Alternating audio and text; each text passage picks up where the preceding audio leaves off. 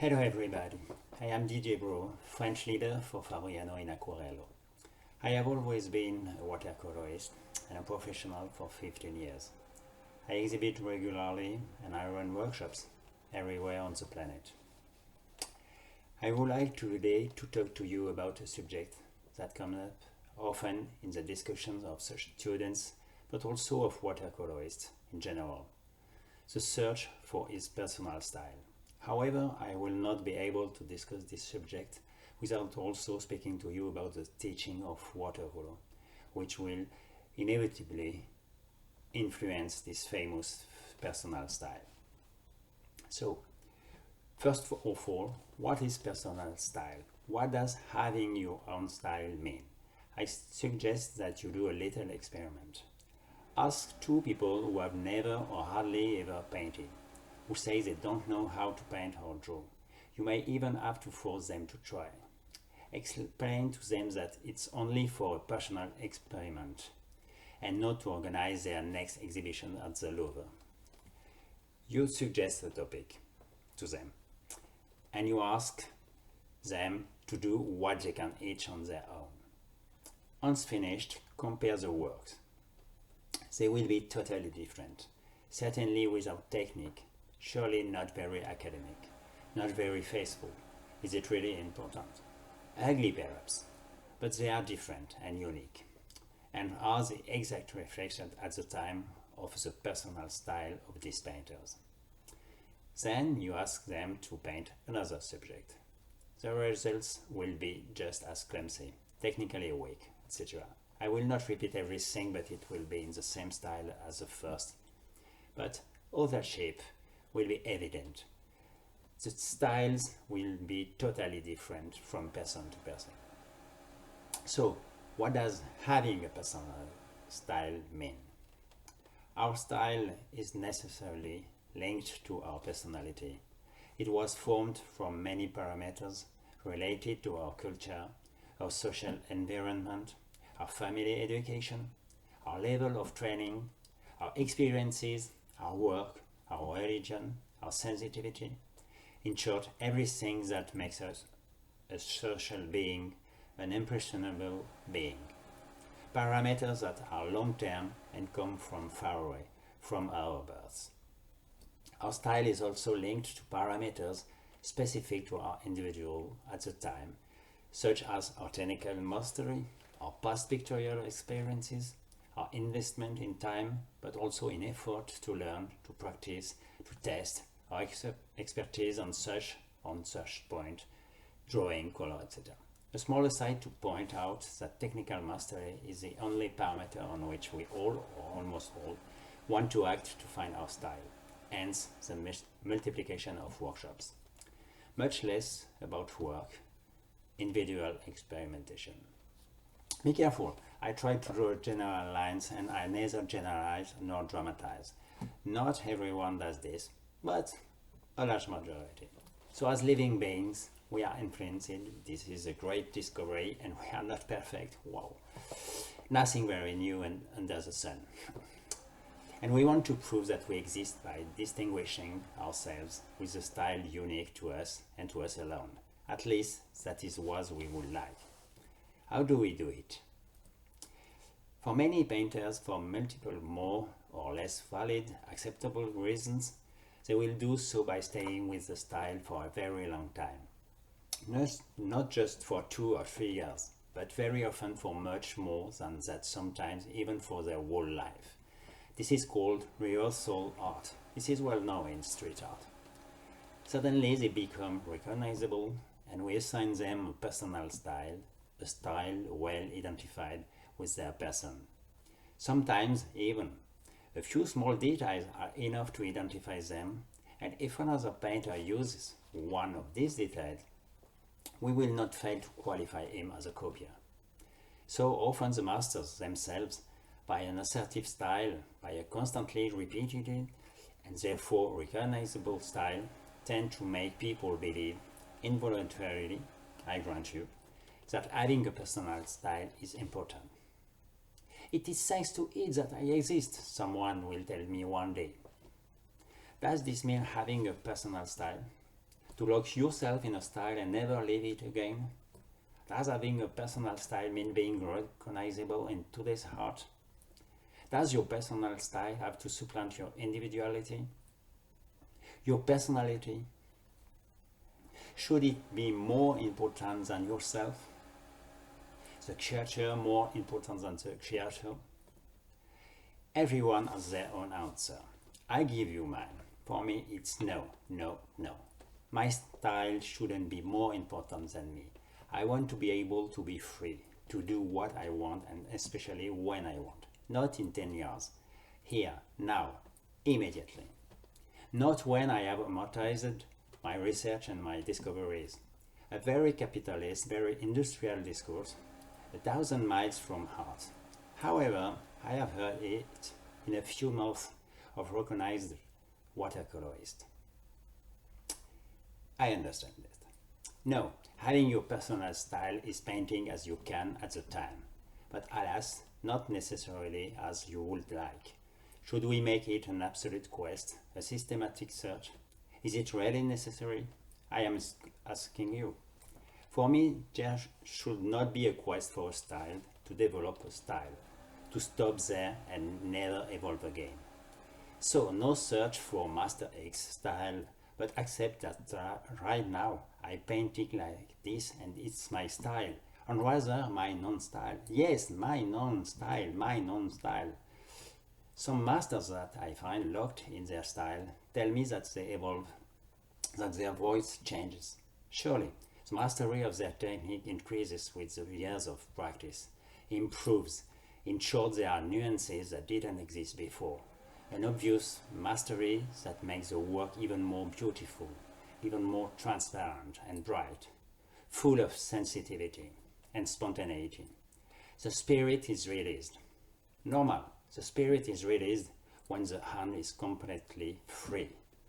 But the style is always the same. For proof now, suggest to a newcomer to watercolor, not knowing all the tips and tricks of the watercolorist, and show him a work of this master of today and one of several years ago. He will say that they are the same. So, let's go back to the fact that the artist should be able to paint as he wants, as he feels. But alas, he only paints as best he can. We can only paint with our capacities of the moment, whether immense or weak. It is a fact. Our level of technical mastery at the time, our expertise, but also our experience, our sensitivity necessarily limits us. But there is also the fear of no longer pleasing, the fear of no longer selling, the fear of no longer being recognizable. Nothing worse for some artists than being told, "Oh, I preferred what you did before." Difficult to live with. But if the artist doesn't look for other ways, if he doesn't put himself in danger, if he doesn't put himself in imbalance, there can be no movement, therefore, no evolution. This is the basic principle of the movement mechanics. So, no way to go to what he wants. He should not be satisfied with what he has already achieved. Unfortunately, many painters don't ask themselves such questions and are persuaded, or rather persuaded themselves unconsciously, that their style is an inspired choice. To make a joke and tease my painter friends, illuminated surely, but by a very small flashlight, reflex of survival surely and predictably. Human, should I say. We have all been there, me first. So no problem yet, you have to be aware of it and work on it, fighting, I should say, so as not to sink into the routine of these two personal styles. But my answer is also yes. Yes to the quest of his personal style. Yes, there must be a quest, a systematic search, but an absolute quest, such as that of the Holy Grail, infinite, eternal, almost mystical, a search for change, for evolution, never stopping to say, I have found it and I'm stopping here. The artist must move the lines and not leave the public in pseudo-comfort. in habits, or in saying totally superficial certainties, notably linked to an economic vision of his work, even if, unfortunately, it is unavoidable. Why? Why shouldn't we stop here? To avoid being very recognizable, too recognizable, to avoid locking yourself in, slowing down and depriving yourself of creative freedoms, to stop at a clearly identifiable style which belongs only to you is a trap, a prison, surely gilded at the beginning, but which will show its limits more or less quickly. How many very famous artists have died very frustrated by the artistic confinement linked to their style? Being recognized is a good thing, vital even for professional painters. Being recognizable is much less, a scent of glory, intoxicating success but deadly at the end. I personally knew one died since who admitted to me suffering from this confinement. Picasso also once wrote, "Success is dangerous. You start to copy yourself, and copying yourself is more dangerous than copying others. It's terrible." But success raises another aspect of individual style. To be recognizable too easily and to have a very assertive personal style, too repetitive, should I say, to make myself better understood, encourages a certain number of people to practice your style. Initially, the intention is good. Only learning pushes you to copy a master. But the recipe, the style is so good that even trivialized, diluted by your clumsy brush strokes, we find the style of the master. It's inevitable. As long as it stays in your workshop, it's fine. It is only for you, for your understanding. The problem comes from your loved ones, family, friends, and others, from today's society. They are not experts in watercolor, don't know the master you copied, and even less his style. "Wow, how beautiful! Superb, you have really progressed. Oh, I love it. You should exhibit it, share on networks. You deserve it for sure." Well, you don't deserve it. You learn and you copy. So each thing in its time, Mr. or Madame the pupil, or the amateur artist. So I come back to this confinement linked to a determination on well-defined style. Friends, amateur painters, students, and trainees, but also professional friends. I therefore suggest that before your style shows you its limits, start looking for other limits. Go on an adventure discovering new horizons, not by giving up everything that nourishes and satisfies you right now, but don't wait for frustration, the feeling of being trapped by your own writing. Then it will be too late. Do research in parallel. Suggest other scripters to test their impressions of others. Don't be too long.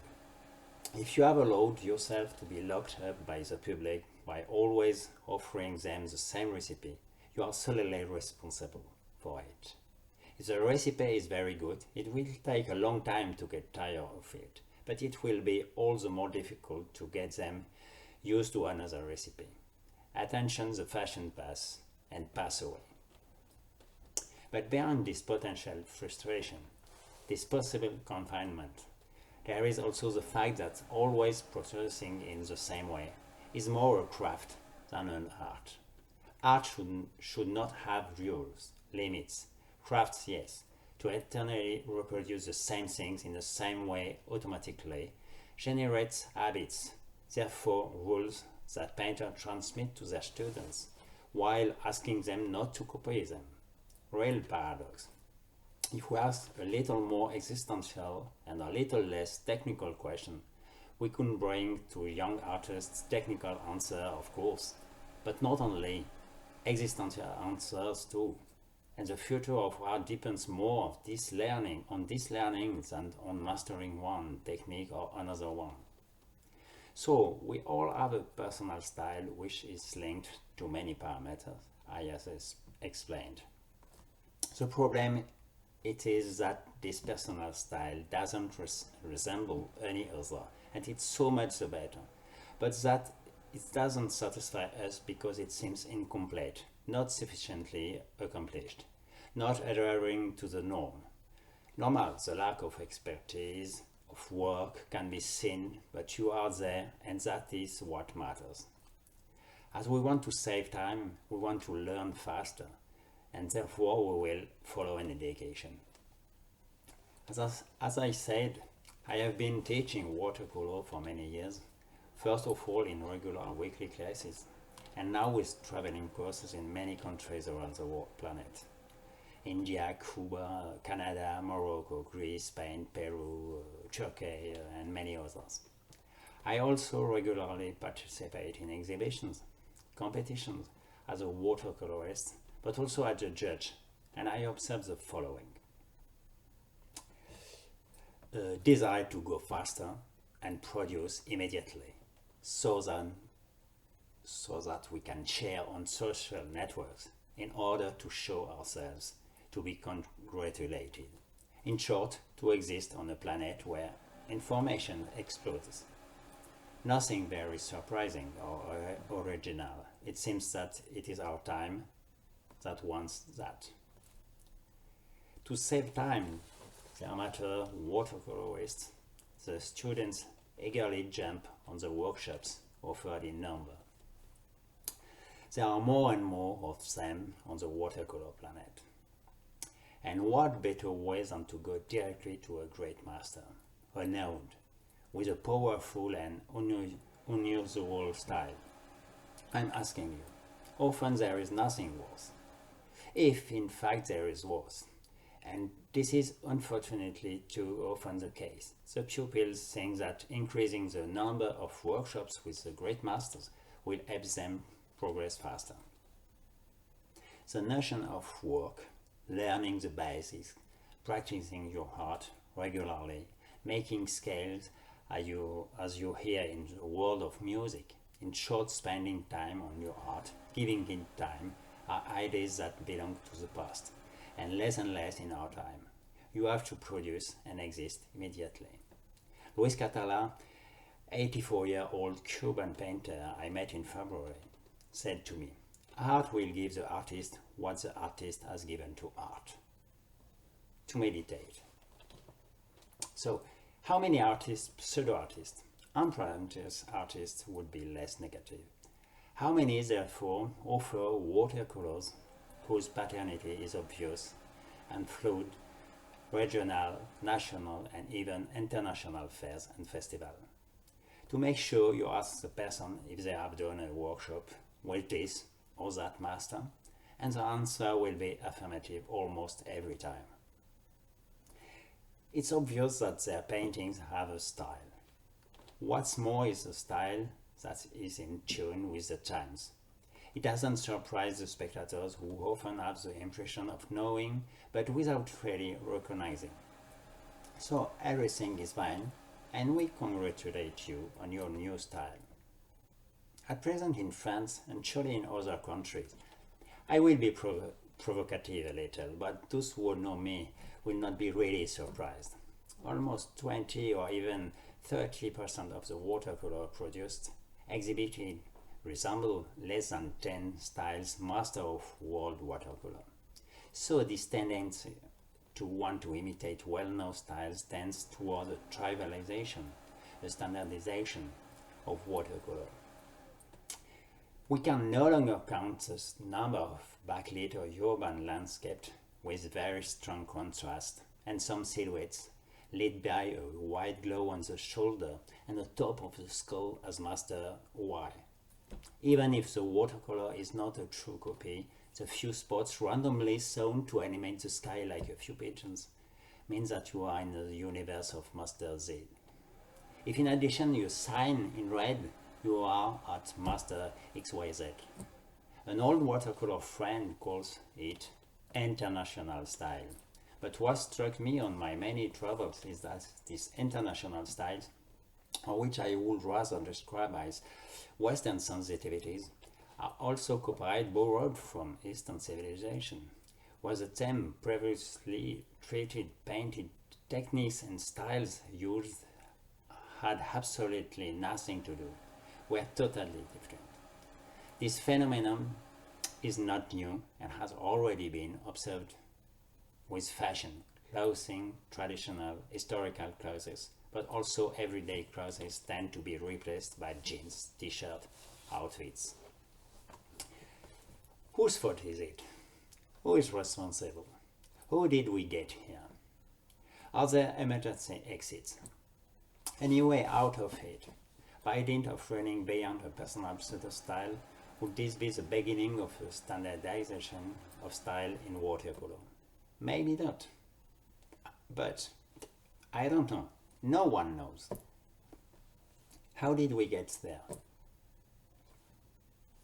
Our society, our current culture of appearance, of the superficial, of the all, very quickly and immediately. It is sure, and we are all confronted with it. The putting of the earth on standby about the COVID-19 virus, the slowing down of our rhythm of life, the decrease in pollution, and brief few positive signals in the midst of this tragic and sad period in many ways should help us to become more aware of it. Perhaps I close this parenthesis and come back to my subject. But there is also a part linked to our watercolor world, a part on which it would be easier to act, or at least becoming aware of it would already be a first step. How did we get to the beginning of standardization of watercolor, an internationalization of styles? The teaching, and especially the teaching method, have a big share of responsibility in this standardization. In the majority of the cases that I know, the masters teach neither the techniques nor the art of watercolor, but show exclusively how they paint, therefore only their technique. As I am provocative, I will say that perhaps they know only one. It's a joke, but they sell their recipe. Their pedagogy is too often based on step-by-step method.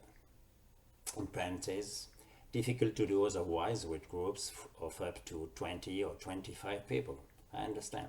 So the speech is, do it just like me. It can be very satisfying for the student who has the impression of knowing how to paint at the end of the workshop or session.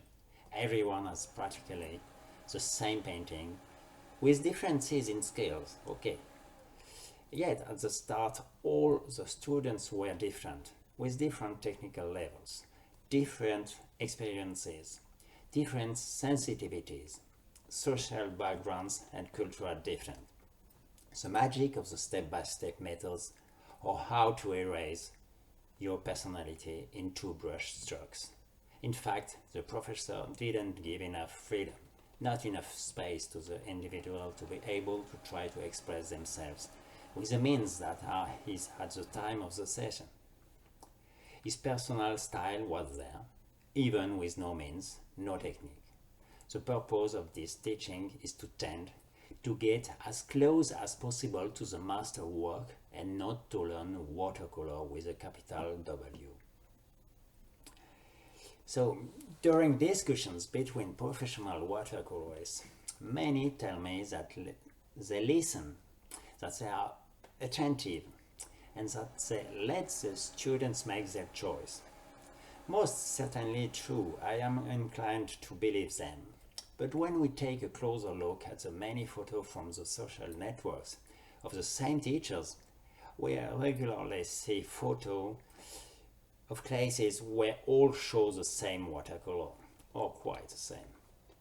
Normal, since the master left freedom of choice, but to tend towards his writing, his style. The proposed subject is not how could we paint this subject, but how did I treat it? And how do you get there? Strange, isn't it? So, with the pedagogy of the step-by-step, whether it is much manipulated or that it's spontaneous, no place for difference. The more or less clear, more or less evolved objective will be to try to paint like the master. And the closer we get, the more we will be satisfied. Make way, for instance, mimicry. What happens during a step-by-step session? The master doesn't explain watercolor, doesn't learn painting. He shows what he can do. He shows that he puts water like this, whether he takes this or that color. Why? Often he explains, not always. But anyway, whether he explains it or not, if you follow his choice, his explanations, obviously convincing, you will identify with him. It is mandatory. And the more he explains why he chose this or that, the more you will be convinced and therefore looked up. Because you will not have the capacity, not the courage, not the experience to find another reason not to do like him. What he explains to you is so obvious that there cannot be other valid possibilities. So message to all the masters who try to convince us that they use step-by-step methods, but that they leave free the students of their choice and that they encourage them to make their choice, but that the subject is one of your paintings. I believe you, but look at the end of the session what their paintings look like. Next, let's take a closer look at this teaching so practice it everywhere on our watercolor planet.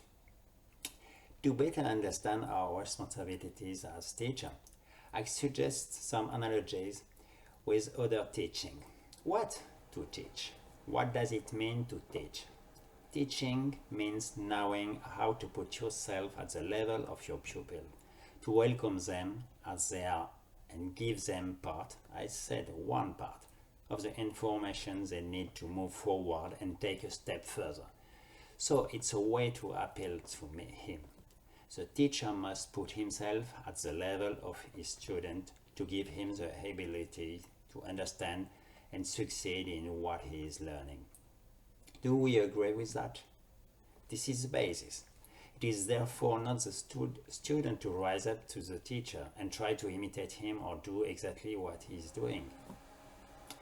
What is a step-by-step method?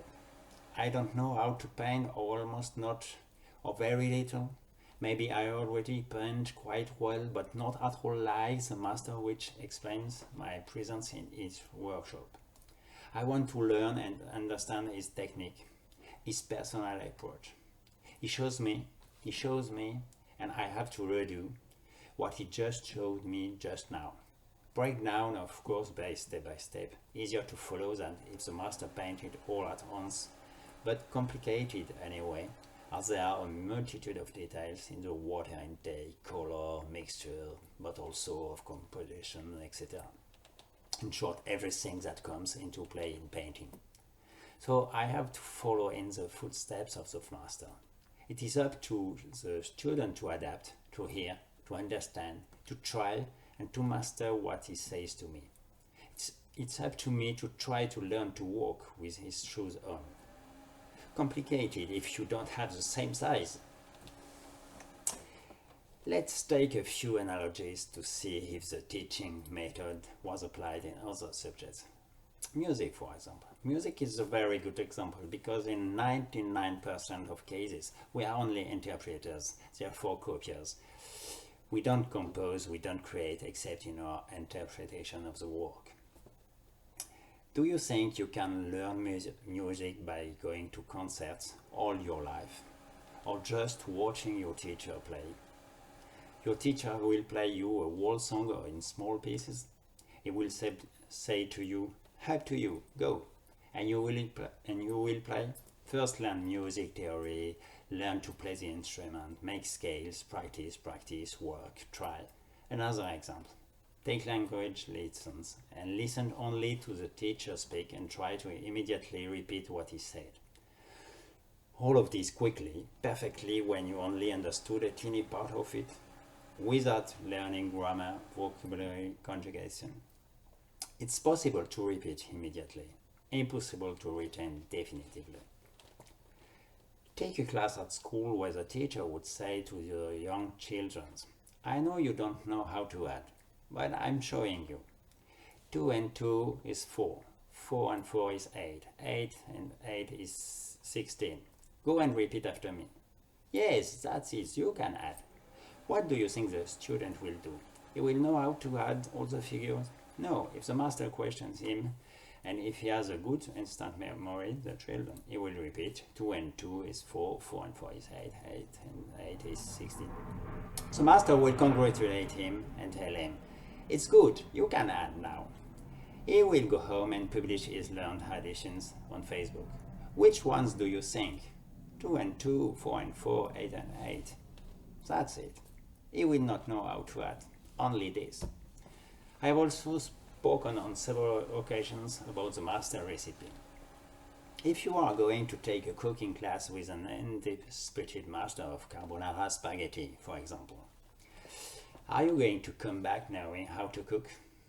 No, you will come back with the exceptional carbonara recipe, the way you learned. You will amaze your friends and family. Also, your recipe is not as good as that of the master. The ingredients provided by the master allow you to create a recipe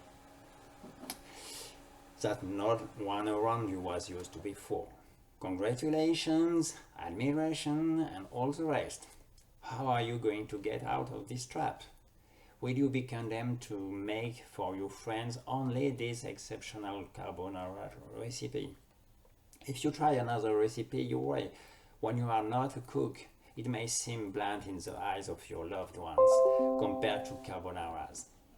I prefer your carbonaras. It's good, but still your carbonara's recipe, etc.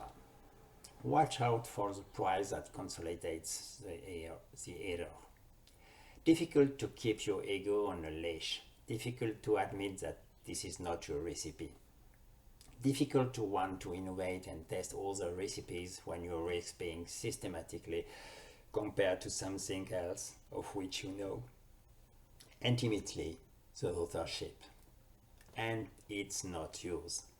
The ego is often much stronger and far worse counsel than reason.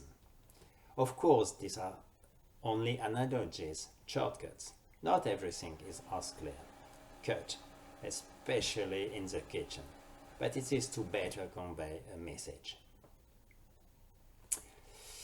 All this to say that the masters, teaching in general, teaching step by step in particular, are not the only cause of this standardization, which provokes this need for research of personal style. The students, the watercolor apprentices, we, are also actors of this phenomenon. Some artists or pseudo-artists themselves are faced with this problem, are tempted by the ease, the speed of access to a recognized style. This is commonly seen. What in the past was a common and unavoidable practice. I'm talking about the old days. Students had to learn to copy the master's techniques of their master, but there were no social exhibitions of amateur painters. The students copied into the master workshop under the master's supervision, with the sole purpose of student learning. He had to free himself from the master by finding his own way, his own style. It took a life and often didn't work out, but at this time only the work associated with talent made it possible to succeed. To appear to be something which one is not wasn't possible. I will tell you a couple of anecdotes. The first at a renowned watercolor festival in France. A master discovers that one of his students exhibits at the same time as him and that the paintings are almost identical and just as good, or almost. He makes a scandal and asks for the exclusion of the pupil, otherwise he leaves. So we discussed. I explained to him that he had sold her his recipe. She paid for it, so she had the right to use it. I was not very convinced, but towards the master this is what I wanted him to hear. After discussion, the two will stay. Finally, visitors will see two painters, but only one style. The second anecdote with a lot of different masters, but in particular a professional friend of watercolor who regularly runs workshops, was attacked via social networks. She has a technique and therefore a very particular style, which was unique at the beginning. Over time, the technique used has been understood and even reproduced endlessly, without achieving the sensitivity or quality of my friend. But there is an obvious kinship there, the technique used. How was she attacked? In fact, on social networks, several people who attended the workshop criticized the teacher after attending the course with her and not to have had access to her technique. And so they were deceived and disappointed with the teacher's attitude. This misadventure of my friend led me to reflect and draw two conclusions. The first proves that students, in general, trainees, come to seek a technique, a tip, and not advice and methods to rise their own style. Even if the master stipulates a detailed program, the pupils see the master only through this technique. I repeat, in general. The second conclusion is that the master, holders of a very specific technique, by the fact of using it exclusively for an extended period, is identified with this slide only. Students are therefore entitled to wait and see how, why, and for what purposes this technique is used by the teacher. The fact that the master thinks it's his property is as illusory as believing in Santa Claus. On the pretext that the master uses a color excessively and eternally does not mean that that color automatically becomes his property. Prohibiting others from using it forever? Surely not. In addition to keeping his things for himself, his attitude is a miscalculation.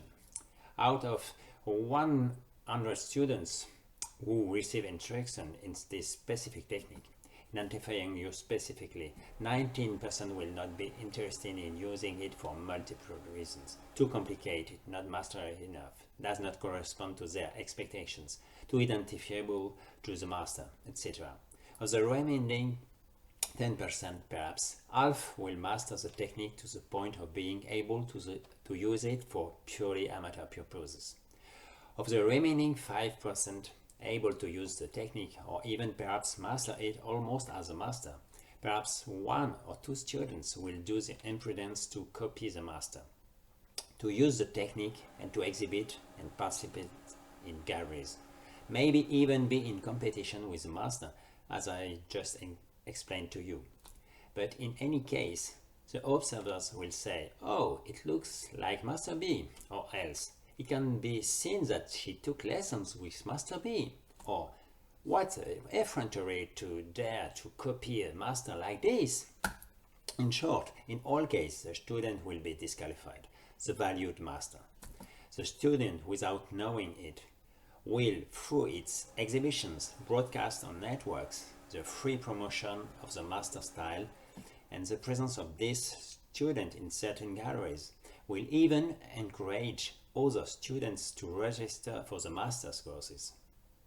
In any case, I really insist, in all cases, the master is a winner. The student copier is a loser because he is always chasing the master. Watercolor is a loser too. And especially what is the most unfortunate, the 99 other students are deprived of something that would have done no harm to the teacher and that would have entirely satisfied them. They would then have valued even more the participation in the training courses of this master and would recommend them. So a very bad calculation from the master. So, to conclude, our art watercolor has always been considered a minor art. This is evolving in many countries. But the struggle is far from over and even less won. In too many countries, though, watercolors have no place in galleries, museums, or very large exhibitions. I repeat, it changes. It is evolving, but very slowly. The movement is still fragile. It's therefore up to us to be vigilant and not to disturb it, not to handicap it by adding too much extraneous noise. Too many beautiful things are produced today. The innovation is there. The research of many great masters is bearing fruit and emphasizing watercolor. Watercolor needs locomotives to drive it, but not a train with all identical carriages. Around me in France and abroad, I meet more and more creative watercolorists in full control and who are aware of all this. They did not need this speech to act immediately. So I can only rejoice and say, let's go on. Their teaching approaches are evolving, but more is needed. I didn't want to end this presentation on negative and overly critical notes.